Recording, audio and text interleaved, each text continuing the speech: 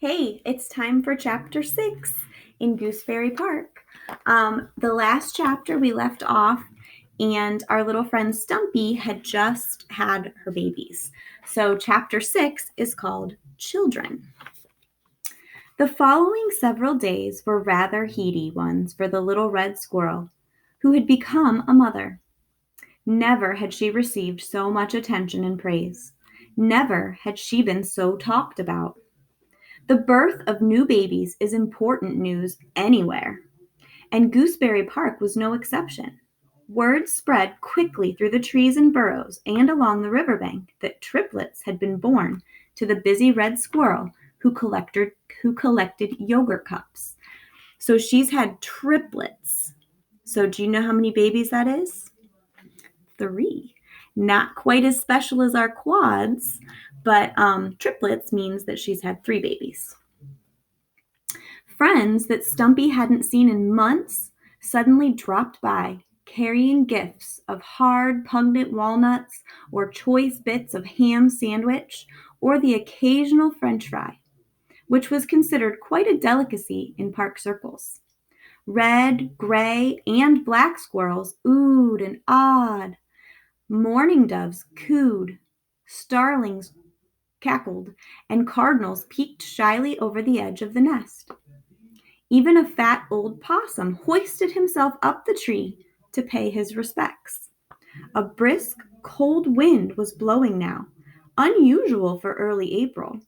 The park was strangely quiet as the trees leaned into the chilly breezes. But Stumpy had no worries. She had 3 beautiful babies, a fine collection of treasures, and a wonderful new neighbor who loved bringing her egg rolls. The winds could blow as hard as they might. She was secure. Kona, of course, had been by to visit every day since the baby's arrival. He still hadn't met Murray since the bat slept most of the day. And of course, Kona hadn't met Stumpy's children yet either. They were much too tiny to be carried down to the ground. But Stumpy herself came down when Kona called her name, and she told him all the wonderful details.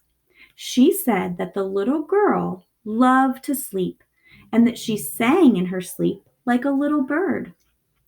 The 2 baby boy squirrels liked to rest on each other, and one preferred the bottom and one preferred the top. So she named them Top and Bottom. The little girl was called Sparrow for her pretty songs. Their eyes weren't even open yet. Stumpy said it was hard work being a mother to newborns. She couldn't waste time or explore for fun anymore. Whenever she left the nest, it was only to pull a few pine cones from a tree stump or to unearth a few acorns buried nearby.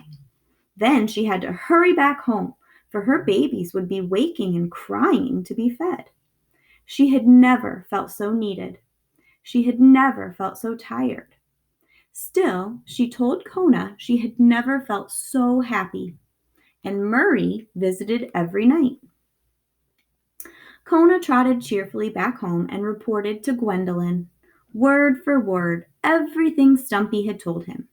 Though Gwendolyn had never met Stumpy personally, she regarded the squirrel as an old friend, and she was glad for the good news from Kona, glad for the babies in Gooseberry Park.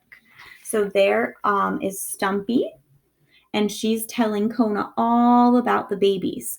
So Kona hasn't seen the babies yet because they're too little. They can't come down from the tree, and he can't go up there. But Stumpy tells him all about it. So she's got 3 babies, triplets. One of them is named Sparrow, the little girl, because she likes to sing in her sleep. And sparrows, the little birds outside that we hear singing so often, that's how she got her name. And then the boys like to cuddle up together, and one likes to sleep on the top and one likes to sleep on the bottom. So she named them Top and Bottom. So she's got 1 little girl and 2 boys. And that is the end of chapter 6. So we will have to wait to see what chapter 7 brings later.